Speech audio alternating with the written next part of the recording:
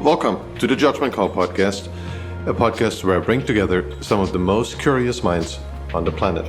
Risk takers, adventurers, travelers, investors, entrepreneurs, and simply mind-bogglers. To find all episodes of this show, simply go to Spotify, iTunes, or YouTube, or go to our website, judgmentcallpodcast.com. If you like this show, please consider leaving a review on iTunes or subscribe to us on YouTube. This episode of the Judgment Call podcast is sponsored by Mighty Travels Premium. Full disclosure, this is my business. What we do at Mighty Travels Premium is to find the airfare deals that you really want. Thousands of subscribers have saved up to 95% in their airfare. Those include $150 round-trip tickets to Hawaii from many cities in the US, or $600 lie-flat tickets in business class from the US to Asia, or $100 business class lie-flat tickets from Africa round-trip all the way to Asia. In case you didn't know, about half the world is open for business again and accepts travelers. Most of those countries are in South America, Africa, and Eastern Europe.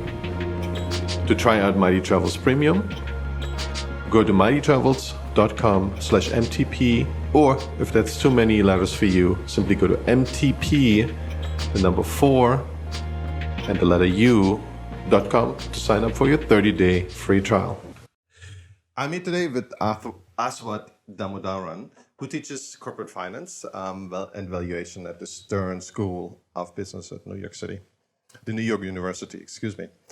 And Aswath has won many accolades for his unique no BS teaching style, and he's also earned the moniker Dean of Valuation.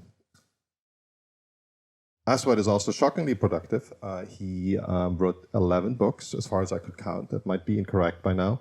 He has published hundreds of YouTube videos and published this incredible array of white papers, lots of different valuation techniques, and has his own website, which is really fun to read through. Welcome to the Judgment Call podcast, Aswath. How are you? I am good. Thank you for having me on. Hey, absolutely. It's a great honor. Thanks for doing this. Really appreciate that. And I wanted to ask you, what is that secret of your extreme productivity? Do you have something you can share with us so maybe we can learn from that? I've discovered that if I compartmentalize my life, I get a lot less done. In other words, if I say, this is my block for research, this is my block for teaching, this is my block for having fun, and this is for everything else, I don't have enough time. So I've discovered, and this is through hard experience, I guess, that when I do something, I try to accomplish multiple objectives. I'll give you an example. Last year, in the midst of the COVID crisis, I decided that I wanted to write about the crisis in real time. And the reason is very simple, because if you wait till a crisis is over and you write about it, you have all these benefits of hindsight. You said, those people are stupid. They didn't even think about that. So I wanted to keep this journal. So I kept a journal. And it took a little, 20 minutes a day, 15 minutes a day. I'd put my thoughts in. But after about 2 weeks of keeping the journal, I said, you know what? I have enough thoughts here. I'm going to put them as a post. I wrote it as a blog post. There were a series of 14 blog posts that I wrote between February and December, each taking about 2 or 3 hours to write. And then I had 14 posts, and I added up the pages, and they're like 75 to 80 pages of writing in those posts. And I said, this is a pity to let go to waste. So right now I'm taking those 14 posts, I'm consolidating them into a paper, basically bringing all those thoughts, and it's going to become a paper. That 15 minutes I spent every day become post. The post became a paper, and the paper will probably become a book, because I look at it and say it's 100 pages long. I'm pretty close to being a book. And along the way, I've also taken the data and what I've learned and made it part of my teaching. So those 15 minutes a day have paid off immensely for me in terms of the post, the book, the paper, the teaching.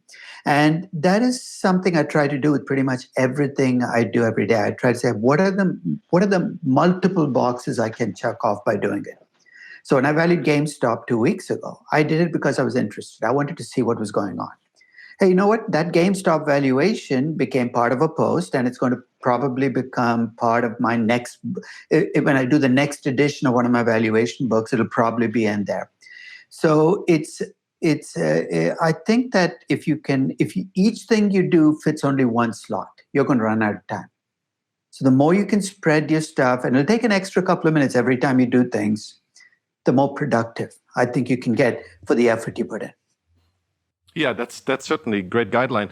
Do you have a research team or a bunch of editors that do most of that work for you, or you literally produce the content yourself? I am solo, and it reflects my weakness. I am a control freak. I have never been able to turn over any of the stuff I do to anybody else. I maintain my data, I write my stuff. I have never had a research assistant. The TAs I use in my class are more, ornaments than actual TAs because I don't use them very much.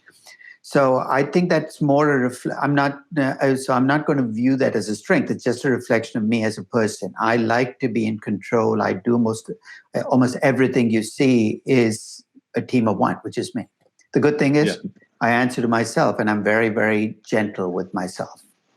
It's even more incredible that you're able to keep that up. I saw on your YouTube channel there's as far as I could scroll down, they were 4 or 5 years old, and I think the first audience is probably your students when you actually do the lectures, but it probably goes even further back. And this is an amazing array of knowledge that you bring online for free. When did you decide to bring most of the lectures online on YouTube, and why did you do it? You're going to be surprised by when I decided to bring it to record it. It was in the mid-90s, well before YouTube. I used to have a camcorder set up in the back of my room. And the reason is very simple. I'm a teacher. That's how I describe myself. It is my core in terms of what I do. So about 25 years ago, I said, if I'm preparing to teach a class of 250, which is my traditional class, wouldn't it be nice if I could teach 10,000? Teachers want bigger audiences, just like actors. So I said, you know what? I would like to have other people be able to watch the class. But this was the mid-90s. There was no online. There was no YouTube. So I actually got a camcorder, recorded my class in the old VHS tapes, made 5 copies, and I put them in the library for people to come in and watch the videos if they're not in the class. Somewhere in the 90s, I learned how to convert a VHS video into an online video. In those days, the resolution was just awful. But I said, you know what, I'm going to do it. So I started doing this about 20 years ago. And I came to YouTube late. And I'm sorry I came to YouTube as late as I did, because initially I used to use more traditional forums for delivering the videos. You put the MP4 file, let people download it, watch it. What YouTube brings actually is this capacity to deliver the videos to parts of the world where people don't have broadband, because YouTube adjusts to whatever your capacity is. It allows more people to be able to watch it. So I started putting my classes on YouTube probably 8-9 years ago.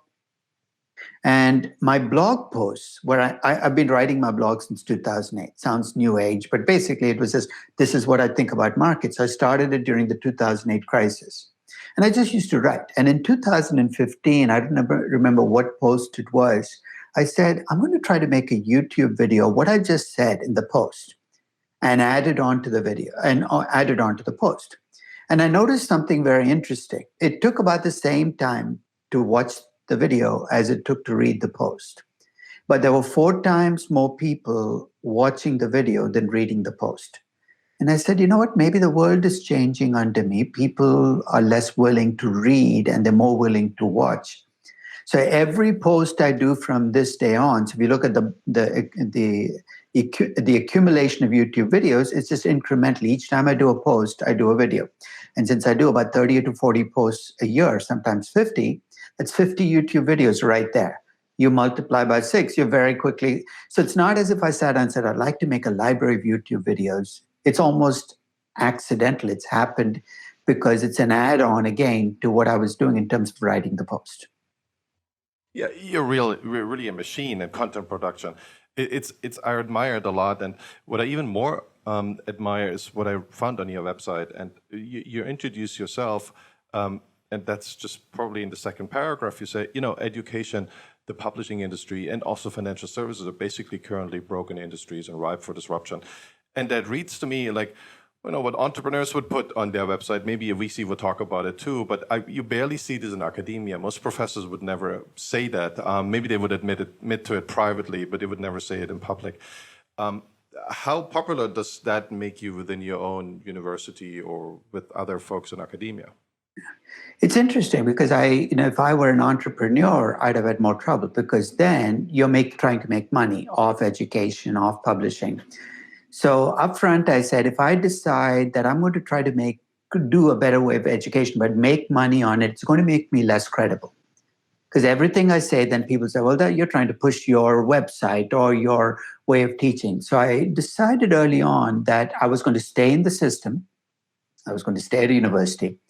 And I was going to disrupt from within. Now, because if you've ever been in a university setting, it is inertia. Nothing changes, nothing moves. In fact, I remember, a couple of years ago, my wife and I were in Bologna, one of the very first universities, 900 years old. And I walked into one of those old classrooms, and I was surprised at how little things have changed in terms of how people teach 900 years later. Things don't change because universities, I describe them as lunatic asylums run by the inmates because the faculty run it for their best interests. So I said, you know what, I'm going to stay in the system, but I'm going to find a way to disrupt it from within. So the first time I did this, I took my class and made it available to the world. People asked me, did you check with NYU on whether this is okay? And I said, my view is I'm going to do this first, and then I'm going to go to them and say, look, I'm making my classes available to the world for free. And if you have a problem, you might want to read your mission statement, because every university's mission statement says that its mission is about education. It's not collecting tuition. It's not doing research. I said, if you truly believe your mission statement, then tell me how you're going to ask me to pull these videos offline. Because then, and it's amazing. I've been able to do this for 20 years. I put my classes online. Once in a while, I will get somebody in the administration saying, you can't do that. This is our business. And because I don't make money, I'm able to say, look, I'm doing this because you told me my mission was education. I'm just accomplishing that mission. So I think with my colleagues and I have come to an uneasy, maybe an okay place to be where they accept that I'm not on the same page as them. My intent is not to publish papers. I couldn't care less what my academia friends think about them. My job is a teacher. I'm going to educate. And because I carry more than my weight in the classroom, I teach large classes, I make their lives easier, they are okay with it because they can go back to doing what they want to do, which is write papers, get published, move up the academic ranks. So in education, I haven't had a backlash. In publishing, it's been more difficult because publishers, of course, will not let you take a book and give it away for free. So I could not, for instance, send a book off to Wiley or Prentice Hall or Pearson. So a couple of things. One is I said, look, it's obviously not right for me to reproduce a book out there, but I can take the content that I have in the book and write about it in my blog. I can write it about it in my teaching notes and essentially deliver the same content. You don't own the content. You just own what I've written in the books. So there it's been a more tense relationship because there are times where I've heard from publishers saying, you got to take that off your website because that's very close to what's in your book. And, so far, at least, it's not gone to the final step. With financial services, one of the ways I've been able to live with the kind of arrangement I have with them is I have a lot of students who've gone into, I've been teaching 40 years. I've been people who run investment banks, who run equity research, so they're high up in the ranks. But I've never ever consulted with an investment bank or a traditional bank because the minute you do that, then you have relationships. And then if you say something about investment banking being terrible at doing IPOs, you're going to hear from somebody saying, you can't do that. So with the financial services business, the fact that I've never had a formal relationship in terms of consulting or being on a board allows me to say things. And I think in a strange way, that makes me more credible at investment banks because they know I'm not pushing. So if I'm talking Goldman Sachs, they're not thinking, hey, does he work for Morgan Stanley? Is that why he's doing this? They know I'm saying what's on my mind. And I'm often talking to people who were in my class 20, 25, 30 years ago who know exactly where I come from. It's amazing that you preserved your own independence with such a vigor, and I think it's rare in these industries. I know that a bunch of professors that had success online on YouTube, they're now looking into either creating their own online university, or they're joining online universities. And kind of this whole model becomes kind of, YouTube is the freemium part, and then the premium part is then the course that you teach that gives you a certificate, because so far we don't have a lot of certificates on YouTube. There is a couple of universities who've been playing with this. I think that's a really interesting field. It seems to be hard to create a business model around it. It's easy to get enough traction because obviously your content is fantastic, and so are other professors. They really are the best in the world, and I think this is easy in your field. You are the best in the world at valuing things and reading corporate financial statements. And I always feel there is, what's going to happen to education, because we literally only need one professor like you who knows so much about that particular topic. And that's going to be a great education for pretty much anyone, say the first, second, third year student. They only need one professor with a YouTube video anywhere on the planet. So we don't need any other professors anymore. Do you think education will follow this internet model? There will be one company, maybe Google, who runs all of education? I think there is that danger, right? In pretty much any business that technology takes over, you get a winner-take-all phenomenon, whether it's in Google with the search engine and in music. If you think about the music business, 25 to 30 years ago, the business got disrupted. And of course, we didn't go into record companies. So you didn't have those gatekeepers, which was the old music companies that said, we're going to pick the stars. We're going to put them on records. We're going to make you buy 16 songs, even though you wanted one. We broke the business, or Apple iTunes broke the business. And for the following 15 years, the business had a 50% drop in revenues, rediscovered at least some of itself in streaming. But the business that's emerged is now a very different business. It's top heavy. In what sense? The very top stars make a disproportionately large percentage of the revenues. And I think, this ties into a bigger issue in society, which is we are building these top-heavy societies where you got people worth $150 to $200 billion at the very top, and people at the bottom struggling to make the bills.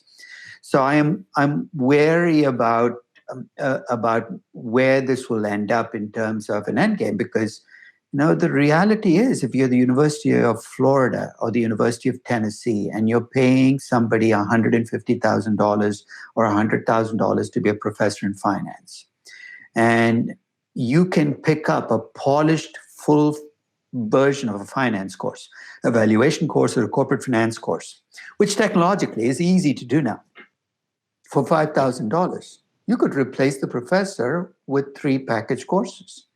And in some schools, it's already happening. This is not a hypothetical, where some classes are being taught online, and essentially the school is cutting costs.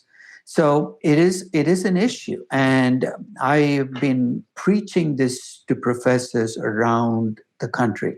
I do a session called The Barbarians Are at the Gate. And basically, it's to wake faculty up saying, guys, you might not realize how much risk you're under being outsourced. You don't realize the barbarian, because they sit there saying, well, people always pay to come to school. They have to be in my classroom. Without me, how will they get their degrees? And in that session, I talk about how every aspect of what a university offers, from classes, which is the easiest one, to the social network. I mean, let's face it, when you think about the reason you went to Harvard is not just to get the degree, but to get the network. The entertainment value. People go to university because they can watch football games the weekend. The safety zone. Parents want to send their kids off to university because they want them for 4 years to do stupid things and not get into too much trouble. I take each aspect and talk about how online entities are now supplying it. And I said, you're like the old cable company. You don't even realize that the game is changing right under your eyes. And I tell them, look, if all you're doing is taking somebody else's slides and reading them in front of a classroom, which unfortunately is how a lot of people in colleges teach, is they don't want to do the work. No? Yeah. They get some, I said, if that's what you're doing, I'm coming after you. I'm coming after you, not directly, but my material is going to come after you because you're begging to get outsourced. So I tell people, you got to give something that leads people to believe that it's something that says we need you still. Yeah, I guess the upside on this revolution is enormous, right? We deliver education for 100th, maybe 1,000th of the cost, and it's going to be instantly available anywhere on the planet, literally seconds being recorded. So if it's already there, the technology and all the pieces are already there, like you described, right? This probably, you've been seeing this for many, many years, but the pieces are already there, but nobody has seen it put together. And now with COVID, we kind of are forced to, and now the picture is emerging quite differently. And I think that the hard part is a lot of people play with the online university model, but making it in a way you actually can make money and you retain this little thing of this is something, this gate everyone has to go through and pay me $1,000. I think this is hard what it is, right? It might be the certificate, it might be the social network, who knows? I want to go and take a look a little bit into your research. I admit I didn't get that far, and I make way more effort, or I think I have better success with other guests. Because they don't have as much published. So I really struggled with the material you have online. I looked into a couple of papers, and one thing you seem to focus on, maybe that's just what's being picked up more, is the equity risk premium.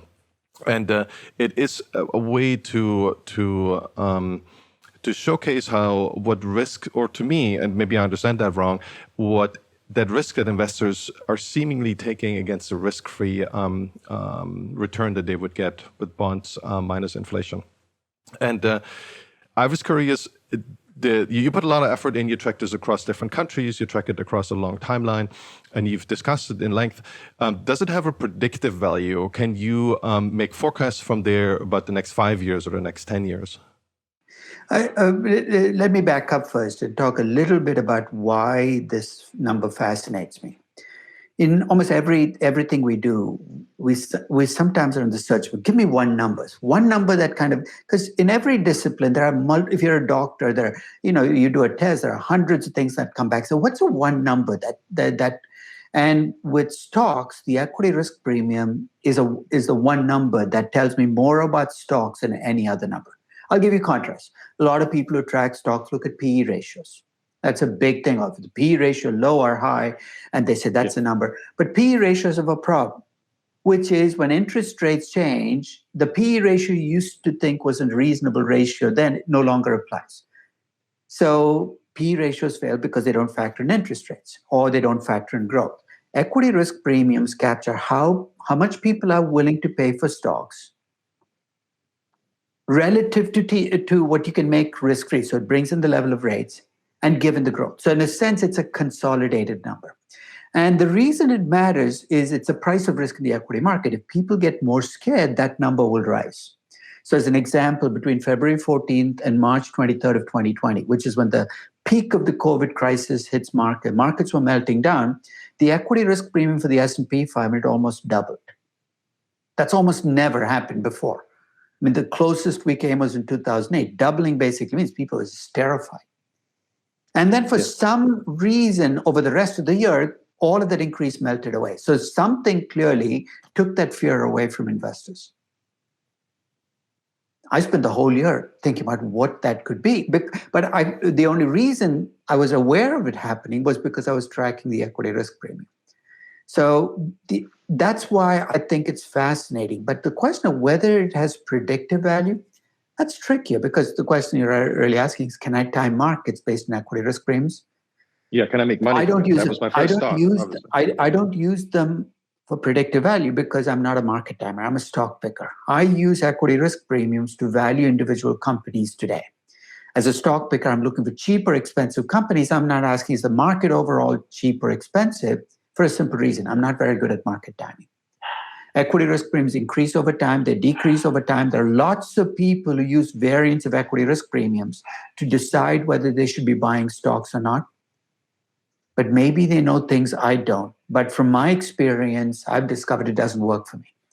And I've learned as an investor, you got to go with what works for you. And for me, I compute the equity risk premium because it helps me value individual companies today, which will then help me pick stocks.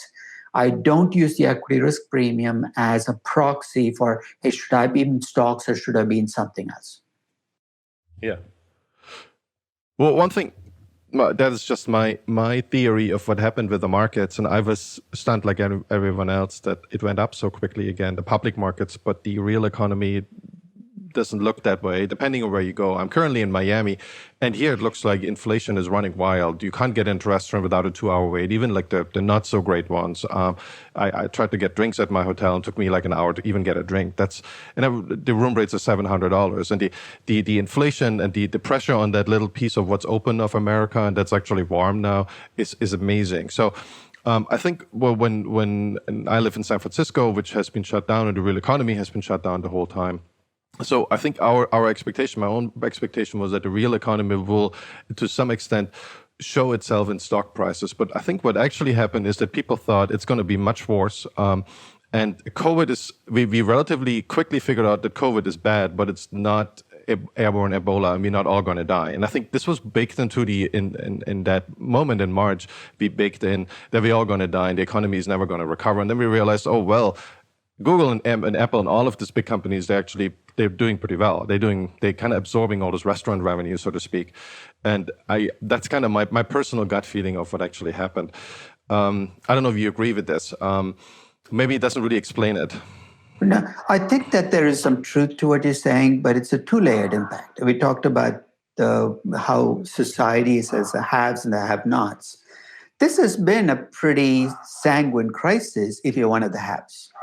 Right? You still have your job. You might have to do a Zoom sessions from home, but you're still getting your paycheck. You're still, and so you have money to invest. And let's face it, the people who drive asset prices, stock prices, bond prices are the people in the top 20%, not the bottom 80%. This crisis, I think, has been devastating for people at the lower end of the spectrum.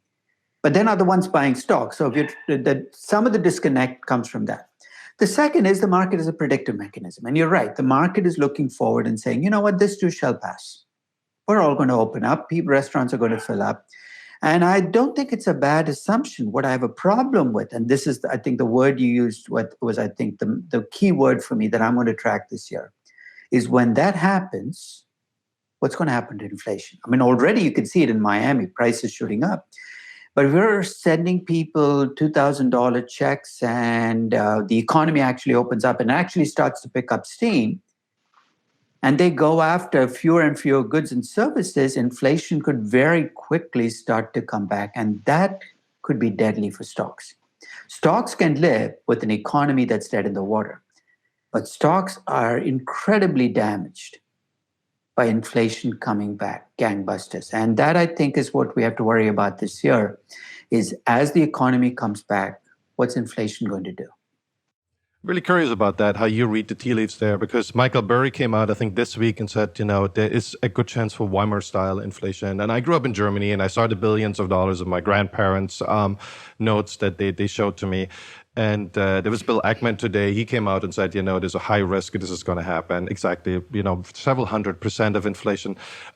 And on the other side, we see the CPI numbers. And I was listening to David Rosenberg, and he said, the CPI numbers are basically big input is rent, which is definitely dropping everywhere. Big input is commodities, which dropped for quite some time, maybe not as much now. So for consumers, the CPI seems to be extremely stable, if not dropping further. But still, everyone is really concerned about the money printing, which we shouldn't be, because we actually are in a deflation. Everyone is just crazy, and inflation will never happen. So I'm really, really thorn. There's a really good argument, seemingly to me. I'm a layman on both sides. How do you read the tea leaves?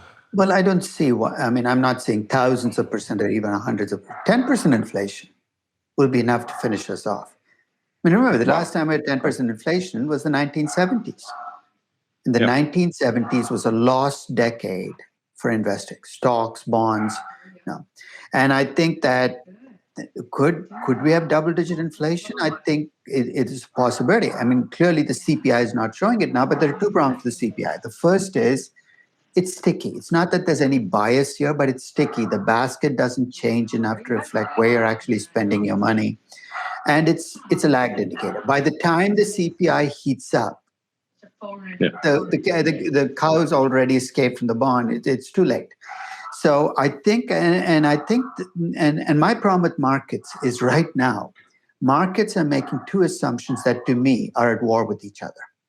One is they're assuming the economy will come back strongly, whether it's because of the new $1 trillion, $1.9 trillion packet, or whether it's because the economy will, COVID's going to end, vaccines are going to roll out, the economy will come back strongly. I don't have a problem with that assumption by itself.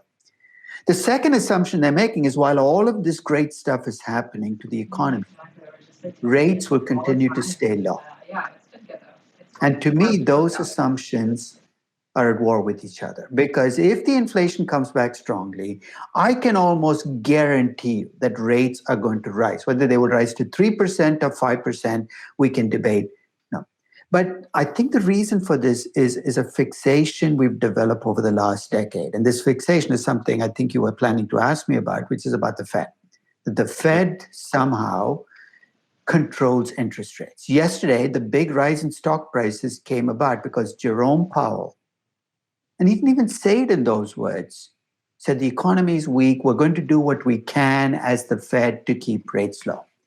But if you think about what the Fed actually does, it sets a Fed funds rate. It doesn't set the T-bill rate, the T-bond rate, your mortgage rates. Those are set by demand and supply. Nothing the Fed does, even the hundreds of billions that it claims to buy, it's just a dent in this huge market. If the economy comes back, I don't see a way that rates stay at 1%. In fact, even from the start of this year to today, think of how much rates have already risen without the Fed saying or doing a thing. Rates have risen because the economy is delivering better numbers. So I think my problem with the market is it's being internally inconsistent about what it's assuming about the future. Either the economy is coming back and rates are rising, or the economy is not coming back and rates are staying low.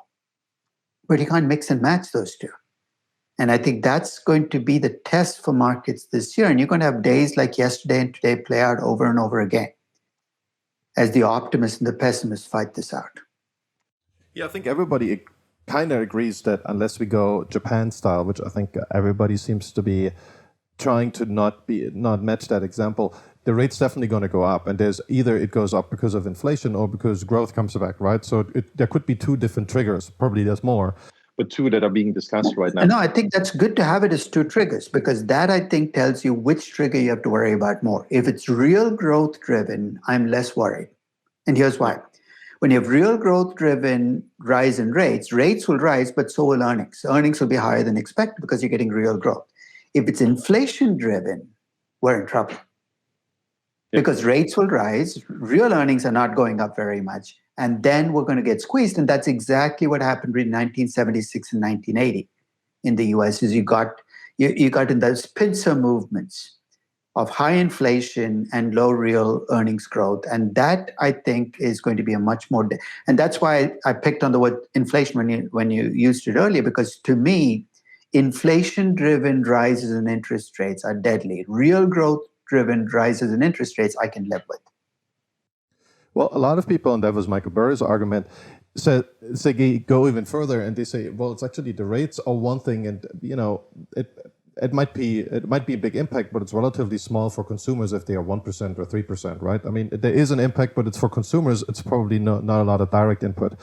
The big problem that he mentioned is, and I think this is something I've been going on and on this podcast, is a lot of people are kind of giving up of the idea of the dollar, especially in the US, probably less outside of the US, but the Europeans have that too. They basically feel what's going on in the US, we've become a banana republic. We have terrible infrastructure, our government doesn't work, and what's even worse, the people kind of have abandoned the government and the idea of a real dollar. Everyone now believes in Bitcoin. Not everyone, right? It's a tech thing, it's a Silicon Valley thing, but it's spreading outwards pretty quickly. And the expectation is, and maybe that's what I usually say about entrepreneurship, but we are creating this self-fulfilling prophecy that we say, the dollar is gone anyways, right? So we all change our assumption about the next 5 years because we feel the dollar is not worth anything anymore. And then inflation just happens, right? So it happens because we lose faith and nobody wants to save anymore. And suddenly we have 10%, 20, 30% inflation. Well, I think they're all linked together. It's a circle. It's not a sequence where one Okay. starts and the so what I mean by a circle is higher inflation creates a weaker dollar. Weaker dollar creates less confidence. Less confidence creates higher inflation. So that's how you get into these spirals. So Yeah. there is, to me, the Bitcoin is a side issue from this because Bitcoin is not just a U.S. investors; it's a global phenomenon. In fact, Bitcoin enthusiasts outside the U.S. probably vastly outnumber the Bitcoin enthusiasts in the U.S. A lot of people in Asia, for instance, are huge believers in Bitcoin. But collectively, think about Bitcoin; it's penny change in the global economy. Penny change. It's a trillion. I mean, even at its peak, it's $1 trillion. That's half the size of the largest company in the world, one publicly traded company. It's more a symbol of people's uneasiness than it is a real cryptocurrency. Right? It's because if you think about it as a currency, it's a horrifically bad currency. It's a currency that nobody uses for transactions. I mean, Tesla can claim that you can use Bitcoin, but I throw this challenge out. I've given talks at Bitcoin Enthusiast Conference. I throw this challenge out. I tell me how many of you have actually used Bitcoin to buy a house, buy a car, or even buy your lunch. It's How terrible. few people. It's And gold. from It's a that, digital yeah, gold, right? You can't use it in but daily life. even at least gold has two things going for it. One is its staying power. It's been around thousands of years. It's a collectible. And second, it moves in the other direction. It's one of the few investments that have been February 14th and March 23rd, when stocks were melting down, that held its value. That's gold's enduring argument.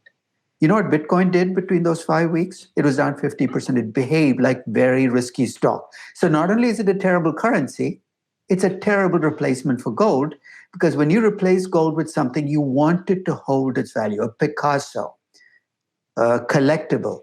And on both dimensions, Bitcoin's fair. But see, how come people are piling into Bitcoin? Because there are people who've essentially lost faith, not just in currencies, but in institutions. I describe Bitcoin as designed by paranoids for paranoids. Because it was designed in November of 2008 at the height of that banking crisis when we'd lost faith. And it shows in almost every aspect of Bitcoin, right? You trust nobody. That's why we have miners mining transactions to make sure they work. So I think Bitcoin, what concerns me about Bitcoin is it reveals to me that there's an underlying fairly large group, many young people, and mostly 25 to 35-year-olds, who've essentially given up on currencies, institutions, and everything we built up in the 20th century. But the thing is, they haven't replaced it with something else. And when you saw the GameStop phenomenon, you saw this play out, which is there's really nothing like, there's no such thing as value. Price is whatever we say it's going to be. And I think that is a very, very damaging development for both society and markets. It definitely will create a lot of volatility, and I've been outlining this. I feel there is a market slowdown in opportunities for everyone who's under 40 or 50 currently, and this has shown, and it's now really shown in people's psyche, at the earning opportunities, the opportunity to buy a house in the Bay Area. There is no opportunity for pretty much anyone unless you're a billionaire, which can happen in Silicon Valley, but it's still relatively few people who get there by definition. We can't all be billionaires unless then we have Weimar. And you can't raise a family on most options that are readily available, right? There's obviously exception, but I think for a huge chunk, and that's almost 80-90% of the population, they really struggle with this. And it's probably, and I think there's maybe a gender gap in this. Certainly there's more men have more an issue with this with women, but probably we all feel these effects. And now that we kind of disassociate ourselves from these institutions, as you say, I think what I felt is going to happen in last June is we're going to see a real revolution happening, right? So we talk about the capital storming as a revolution. I didn't feel it was one, but I felt like all these institutions they either compromised or they're kind of useless. There's a lot of things that technology is changing. And I think we now see this in we giving up on the dollar. One thing that kind of almost convinced me the other way is someone said, there is way fewer large transactions because people buy less houses, for instance, right? And I mean, we see at least there's not necessarily a big growth curve there. The velocity of money is coming down. So money changes hand less often, which in turn reduces inflation quite a bit. So people might give up on the dollar. Yeah, but that's a narrow definition because it bases it on transactions. I mean, we use our credit cards on things we never used to use credit cards on. I mean, think about it, right? Or DoorDash. I mean, we used to walk to the restaurant, maybe pay with cash. Who does that? You know, everything is on DoorDash, Amazon. I think it's a different kind of velocity rather than the old, let's see how many transactions. Now, I think that the mystery is, especially over the last 12 years, why hasn't there been more inflation? That really is what a lot of economists are struggling with. Because if you look at old monetary theory, you keep printing money, it has to show up in inflation. And for the last 12 years, it's not shown up. And the question, therefore, that many feel that needs to be answered now is, why should this time be any different?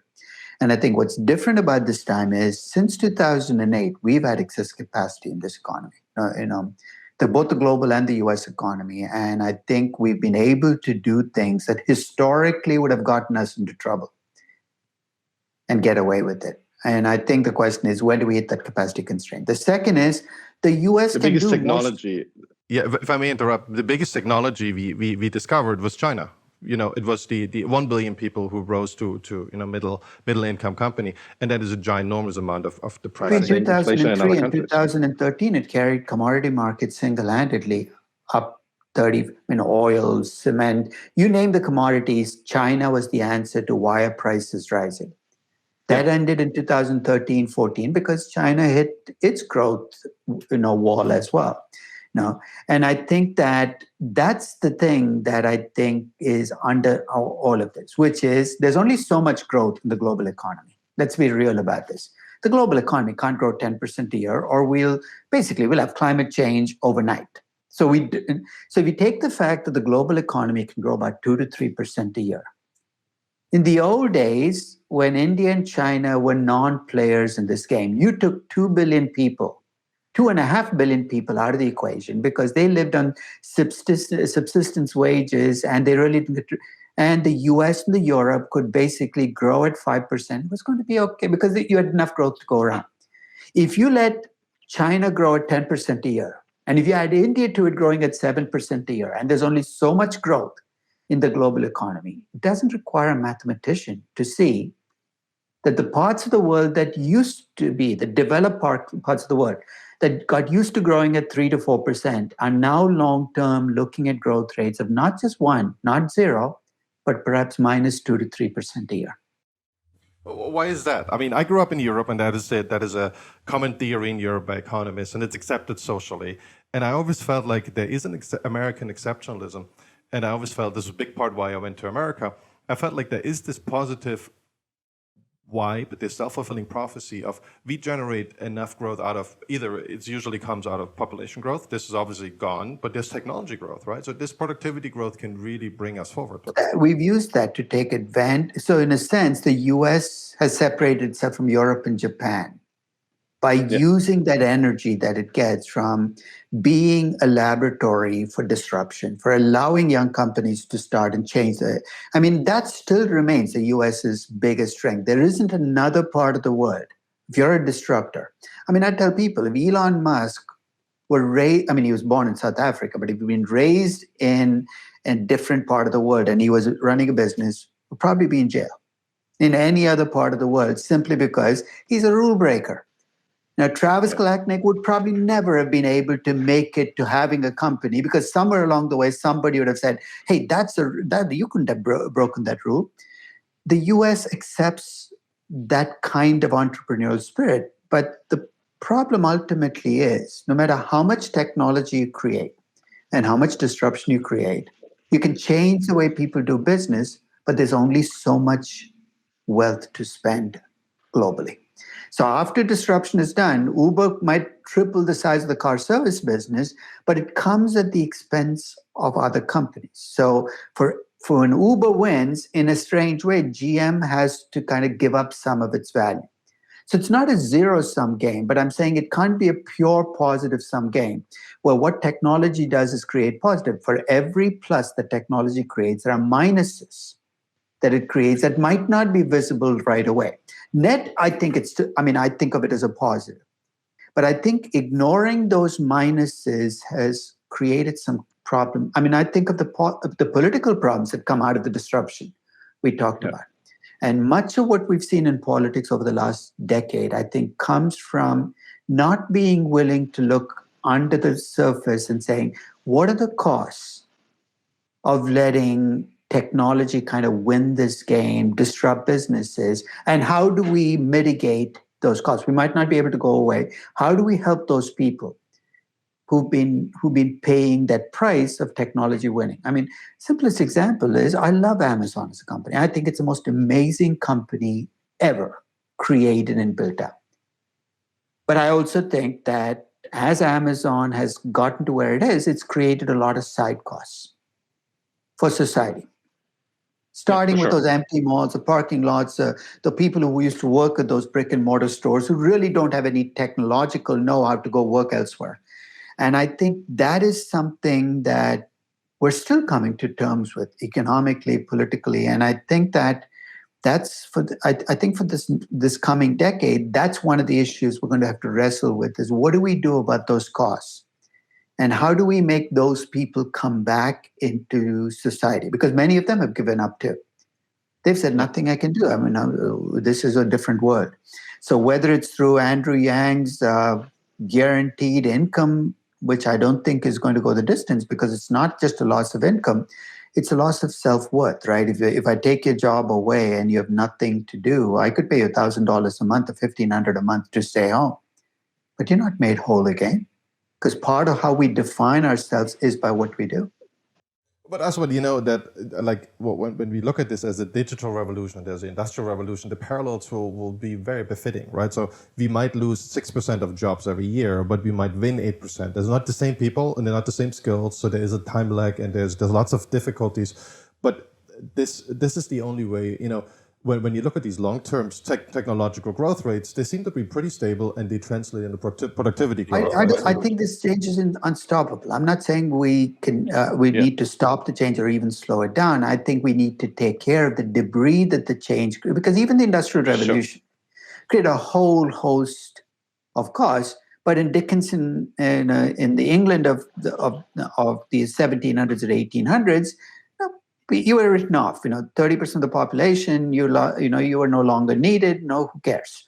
And I think we can't do that. I think we need to kind of think about, as this change happens, even though it's, I agree with you, it's net good. I think it's going to happen anyway. We have to think about what can we do to kind of at least reduce the pain of those people who be left behind, because there are people being left behind.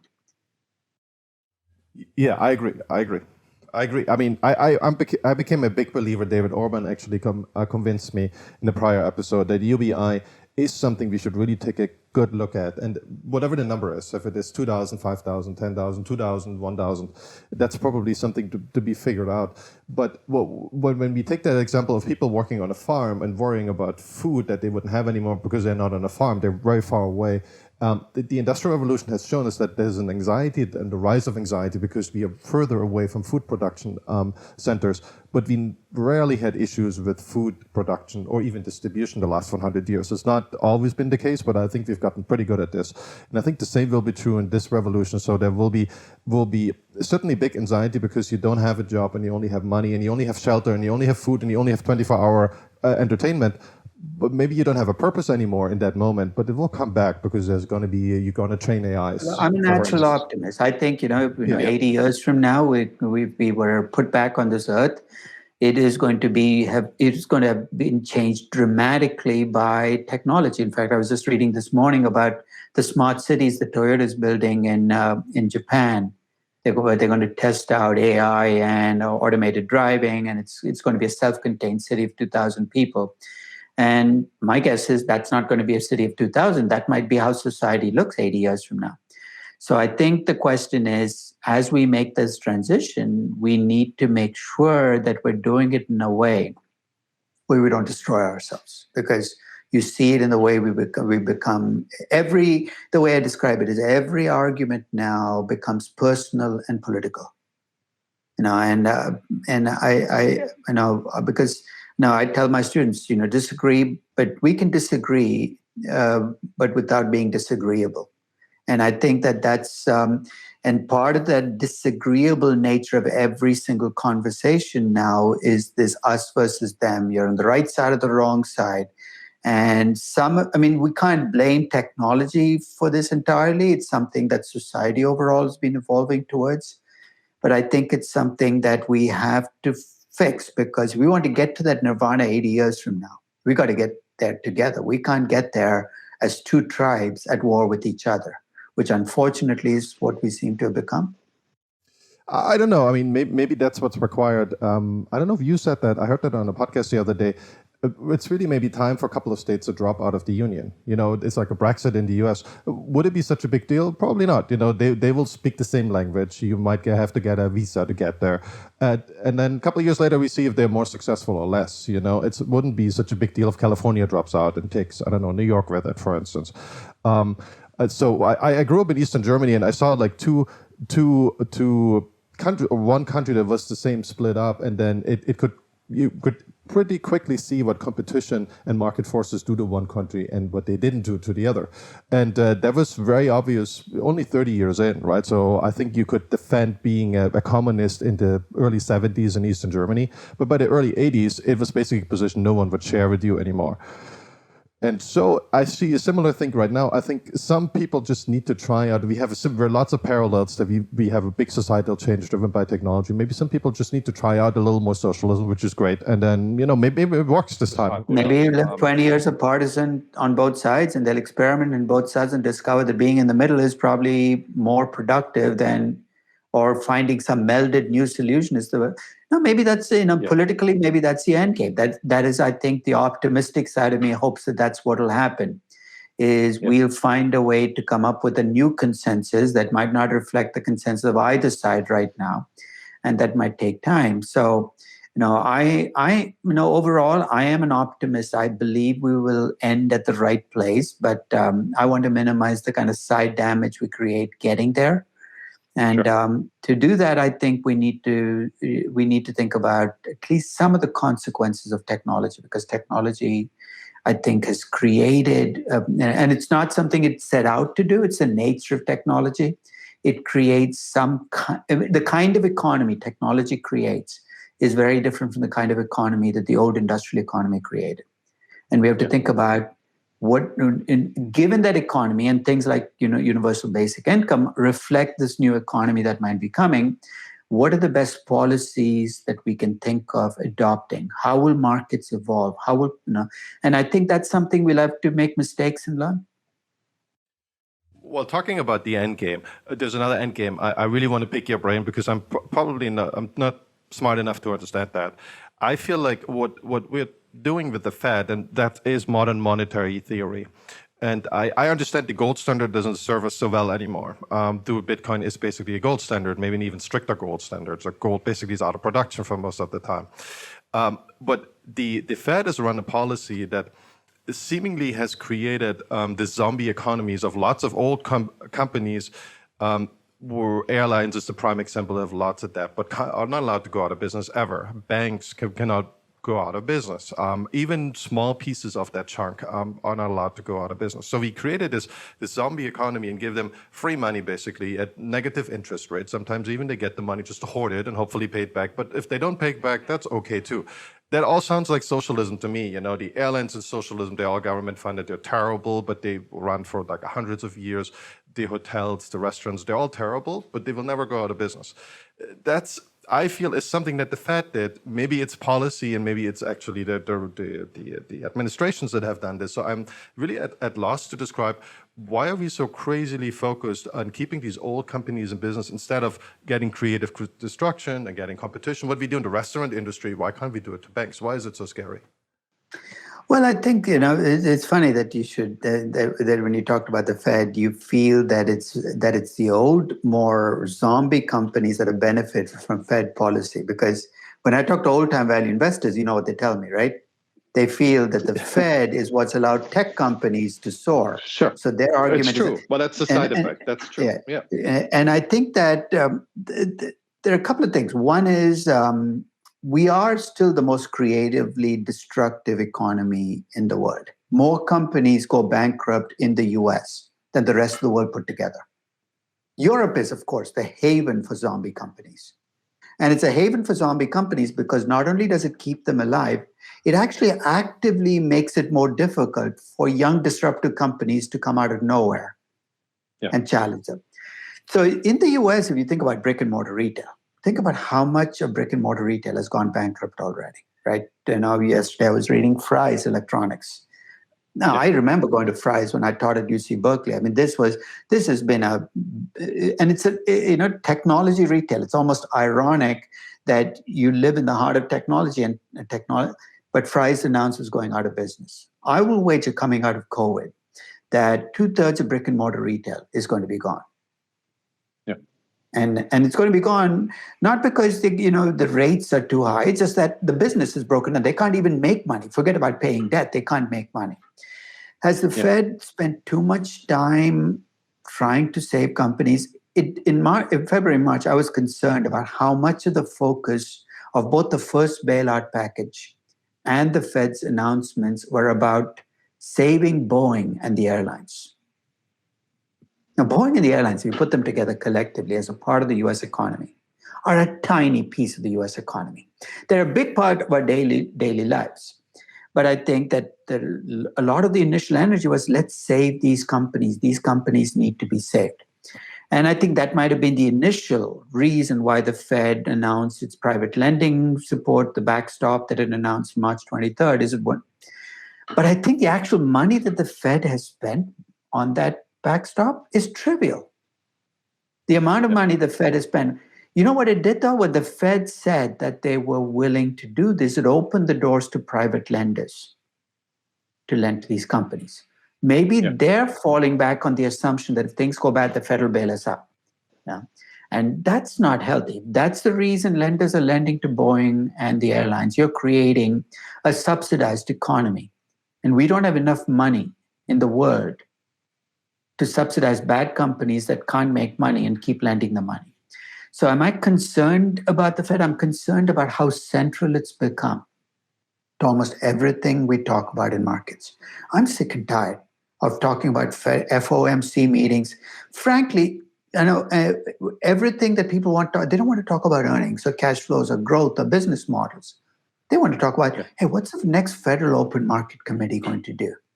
That's a very unhealthy place for an economy and a market to be. I mean, look at how much time congressmen and senators are spending trying to tell Jerome Powell he should keep rates low, as if that is going to be what drives the economy back to growth. But I think it reflects, this fixation, this obsession we have with the Fed as the movers of all things. And the Fed has itself to blame because it's made itself, hey, we're the saviors. We'll decide what lives, what dies. And that is, you called it socialism. It's in a sense, it's antithetical to almost everything I think of in a capitalist economy. We have let competition play out. The winners and the losers basically get picked by the market. You shouldn't be out there trying to change this. And on a broader scale, what the Fed has done is it's enriched borrowers at the expense of lenders. I mean, that's a generic theme. And the US had trouble with people saving money before 2008. If I were a person, why would I want to save money? What's the point? No, and I can borrow money at 1.5%. Why would I bother saving money? So long term, we're doing severe damage to the things that we need to do as an economy to grow. Is we need people to save more money. We need them to think about investing as a way of preserving and growing wealth, not as a way of getting rich. And that's not the lesson a lot of people are getting from this market. Well, I always feel the Fed has become this Politburo. As closer you are to the Fed, as more you can guess it, as more you can figure out where the new money is coming from, as much will stay in your pockets, right? So as Goldman Sachs, they don't care about trading anymore. They care about being close to the Fed meetings.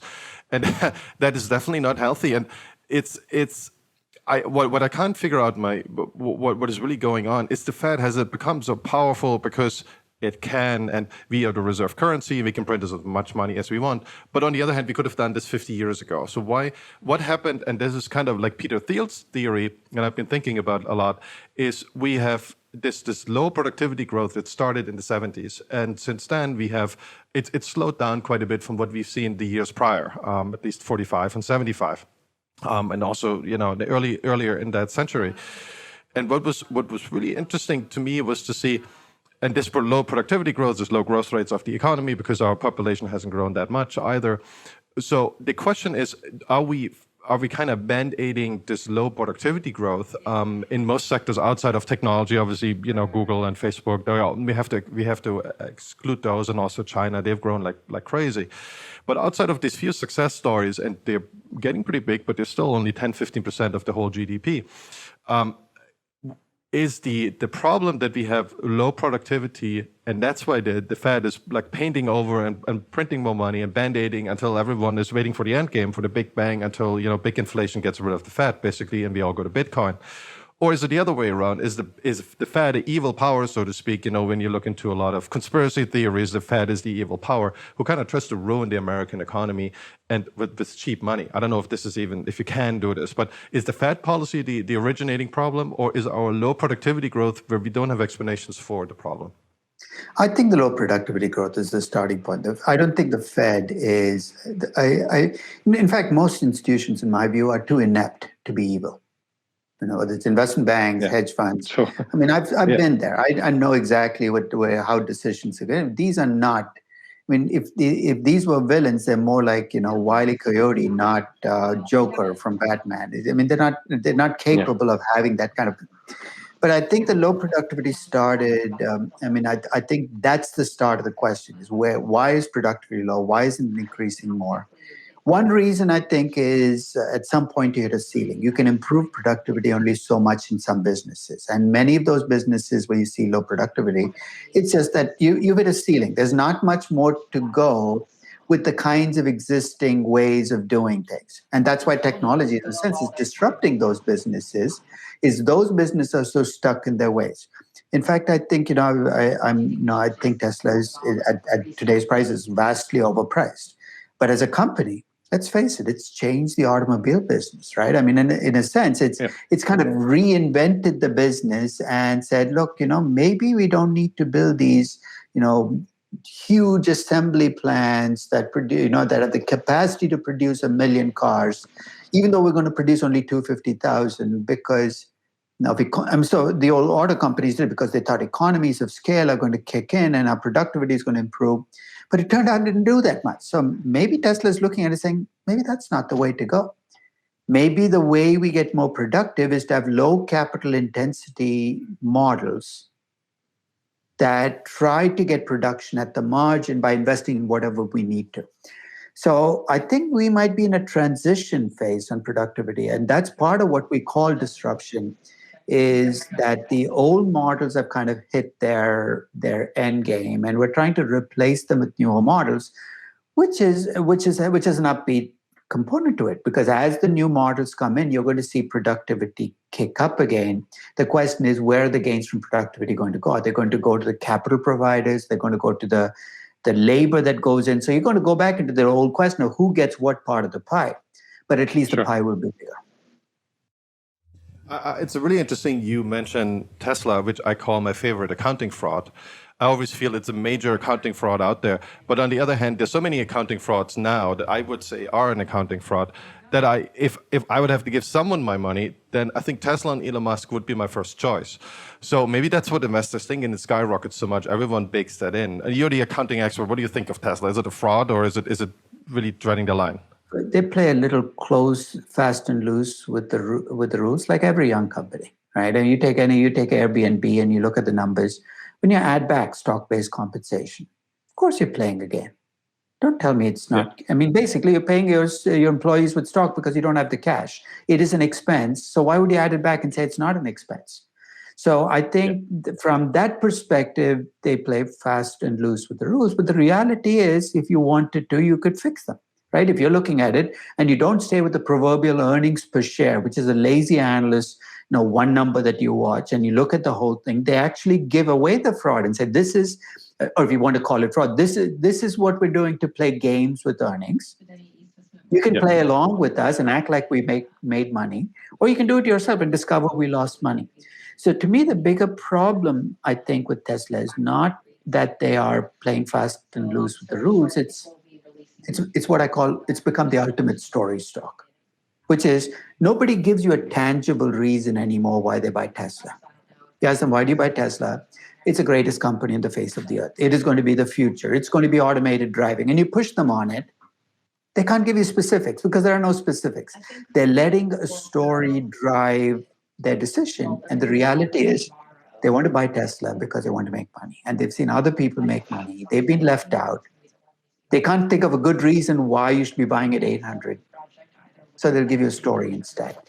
And I think it's as it's as old as time, and people really want to do something. You really can't stop them from doing it, and they will find ways to convince themselves that they did it for all the right reasons. And a lot of people who own Tesla have convinced themselves that the right reason is this is the future of automobiles. Now, that it's going to find a way, and I don't see how that story actually plays out in the numbers that would justify what they're paying upfront.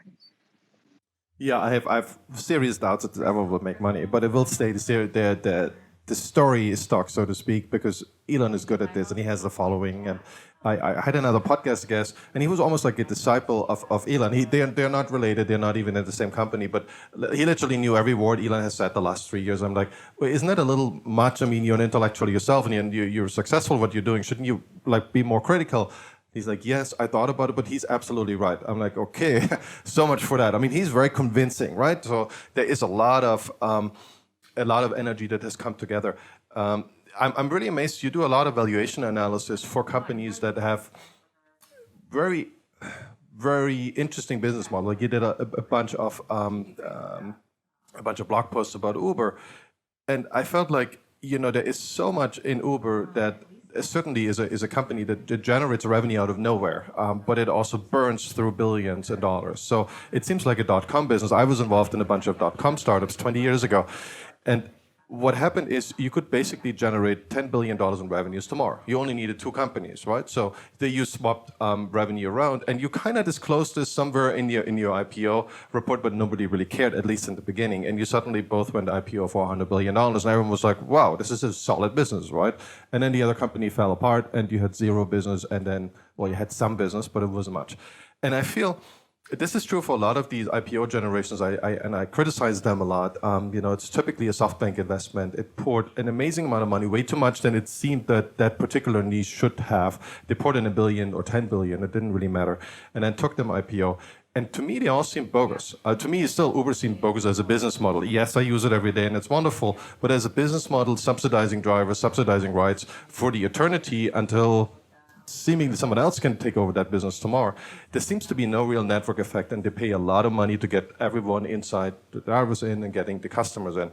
And I'm amazed how you value those, because you have to value the story, right? You have to value this business model that's obviously not proven, because I would value Uber at 0. But you valued it at what I listened to 20 billion. In a sense, I think you might be a little too harsh on Uber. I agree with you about the basic business model being flawed. It's not just Uber. Ride sharing, if you look at it collectively, there isn't a single player in this game who makes money. Uber doesn't, Lyft doesn't, Didi doesn't, Grab doesn't, Ola doesn't. So none of those companies make money. So I think that to me is a problem. But Uber has changed the car service business. It changes the way we use car service. I look at my kids and how they use Uber. And it's clear that they use Uber for things I wouldn't have used a taxi cab for 10 years ago. In the Bay Area, where Uber and Lyft have their deepest roots, they've tripled the size of the car service business. You look at how much revenues the old taxi cabs in San Francisco used to make in 2007, and you compare to the Lyft and the ride-sharing company revenues in 2017, they tripled it in 10 years. So from that perspective, they're succeeding in pulling people away from a different way of travel. And I said every winner has losers. By doing that, there are a lot of people in the Bay Area who don't own cars. They just use Uber and Lyft. It's so convenient. And that is lost sales to the auto companies. So I think that from that, so they've done that well. I think that their biggest, and they also arbitrage. They created money from arbitraging. The fact that taxi cabs had to operate under stricter rules than they did. So initially, at least, the guys who regulated the taxi cabs did an incredible disservice to the taxi cab companies. I mean, in New York, for instance, I remember taking a taxi cab from the airport to the city. And it's a 45-minute ride. And I said, are you going to pick up somebody from here and take them back to the airport, and he said, we're not allowed to pick people up in the city. And I said, what? He said, I'm an airport taxi. I'm allowed to take people only from the airport. And I said, that's stupid. You have to drive your car back empty. And he said, that's a rule, or they'll take my license away. So they arbitraged stupid rules like that. And they also arbitraged a failure of human beings to price their time right. And what I mean by that, an Uber driver is driving for way below minimum wage. If you factor in the cost of, the depreciation on his car, the expenses, the other costs. But he doesn't realize it because he says, I'm making $11 on this fare for an hour. You didn't factor in your time, the expenses. And I think that they've taken advantage of that in a sense to get really low cost labor. So that though is, and the reason those are both temporary is at some point in time, that model breaks down. And with the drivers, you're starting to see it break down legally because courts are saying these guys are not independent contractors. They're your employees. You got to pay Social Security, minimum wage. So I think that period of arbitrage is coming to an end. The only thing is, even if the costs for Uber and Lyft go up now, what do you go back to? I mean, one way I track whether these businesses are getting viable as businesses is I track how much, because in a normal spring, I fly to New York probably 20 times over the course of 5 months, back and forth from San Diego. I land at 5 a.m. in Newark Airport, and I take a car into the city to the village. And I keep track of how much it costs me to take Uber or Lyft. And it usually takes about $36, $40 for that ride, and it's a 45-minute ride. There's no way those guys are making any kind of living wage. There's no way Uber or Lyft is making money on it. So one thing I wrote when I wrote my Uber post, I said, if I'm as an investor in Uber, I want that fare to be 65 or 75. That's a viable business model. And if that doesn't happen, then I'm selling my Uber stock because I don't see this as a long-term viable end game. So I think it's they've done some things well, but in fact, when I compared Airbnb to Uber, I think Airbnb is a much more solid business model to build off in terms of moving towards profitability than Uber did. And I think that's one thing that I noticed about the company when it went public is how much further along it was on the way to at least thinking about making money. Yeah, I think Airbnb, and that's what a lot of people have probably overestimated, that they definitely have a similar acquisition cost, if not higher than Uber, to get drivers and the owners of the properties, and then the individual renters online. But they expanded on their monopoly. Nobody is able to really get into the same market globally. They really own that market. And there's a networking effect because as a potential person renting your house, you really have Airbnb, VRBO, and then you start to run out of options very quickly because everybody else is so small. So I think that from that perspective, they're going to face the same friction, which is you got to keep hosts and guests happy. And what you do to make one group happy is probably going to make the other group unhappy. It's very difficult to see how you thread that needle without pissing off one group or the other. Yeah, but they don't have a lot of maintenance costs, let's put it this way. So they kind of just once you put pictures on and you set up your own property, that's kind of all the interaction with the host they need. And then the host hopes for money. So I think Uber has more to do. The car needs to be maintained, the driver needs to be active. So I always felt Airbnb is a much better business. There's one big thing and one big notion that I keep talking about on this podcast is entrepreneurship is. What do you think the role is entrepreneurship in the US in say the last 20 years? What happened to it? Do you feel, and you said that earlier, we're still the best nation out there in terms of economic disruption, which is done by entrepreneurs typically. Do you feel that's something that we could do a better job? Because from my point of view, and that's even true being in the Valley, there is definitely a discount on the entrepreneurial values, not just in popular culture, but the popular culture I think goes towards people's actual decisions. What should they do in their life? So the the question is there less opportunity because we have less opportunities, or is it because less entrepreneurs create these opportunities by interacting with each other, creating better products, and eventually selling it to the public?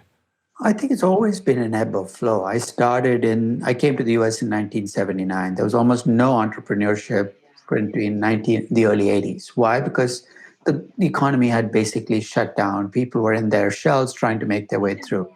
Then and people gave up. In the 80s, people said, this is the end of the old technology. We're going to go back. And then you got the 90s and you got this fresh wave. I think each wave has its peak. I think the social media user platform wave is, in my view, peaking, which Hopefully. means, and I think that it'll take a while for the next wave to kick in. And when this wave peaks and starts to level off, there will be a period of quietness because people are looking at what do I do?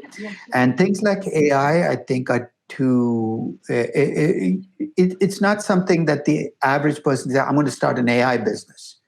It requires little, the hill is a lot, so if you're an MIT grad, maybe you'll start an AI business. But if you're somebody dropping out of a, KPMG job, you're not starting an AI business. It's just too much. So I think it's going to take a little while for that next wave to kick in. I think one thing, though, is you're in California and I'm in California, and this is not a state that is particularly friendly. Forget about entrepreneurs, anybody who owns their own business, a small business person, right? I mean, the rules you've got to, the holes you got to thread through to get a business going. I'm amazed that anybody actually ends up running a business here after the kinds of rule. And forget about, I'm not even talking about the tax issue. I mean, that's almost entirely different issue you still have to deal with. I'm just talking about running a business and staying on the right side of the law, given how many laws keep getting passed and how much time it takes for a small business to kind of follow those laws. So I think that that's where the lab experiment kicks in. You have 50 states. You're going to see states saying, hey, you don't have to do this. And that's part of the reason, I think. I wouldn't be surprised if I always think Silicon Valley is going to be the heart of technology. But I think you're going to see Austin and Boston and other cities basically. New York has become a pretty active hive for startups because people find it actually a little more friendly to businesses than, and I never thought that would happen, than Silicon Valley is. Yeah. Oh yeah, it's terrible. I mean, the anonymity between any kind of entrepreneurship in California, especially the coastal cities, it's just you could make a blockbuster movie about that. And it kind of feels like Eastern Germany. I can just say that again. It's this, anyone who makes money, if it's not a big tech company. And big tech companies, there is a special relationship because the idea is we can extract money from it. That's what there's some love there. But it's everyone who is an entrepreneur, has entrepreneurial feelings. It's just, there's no representation in any city hall. It's like the furthest away from this. Like that, soon there will be this law that if you make, I don't know, a certain amount of money, you need to register and you need to apply for a permit to even make more than $100,000 if it's not Google or Facebook. So there's got to be a popular culture that. And we can always say, well, these are the crazy leftists, right? But I live in San Francisco.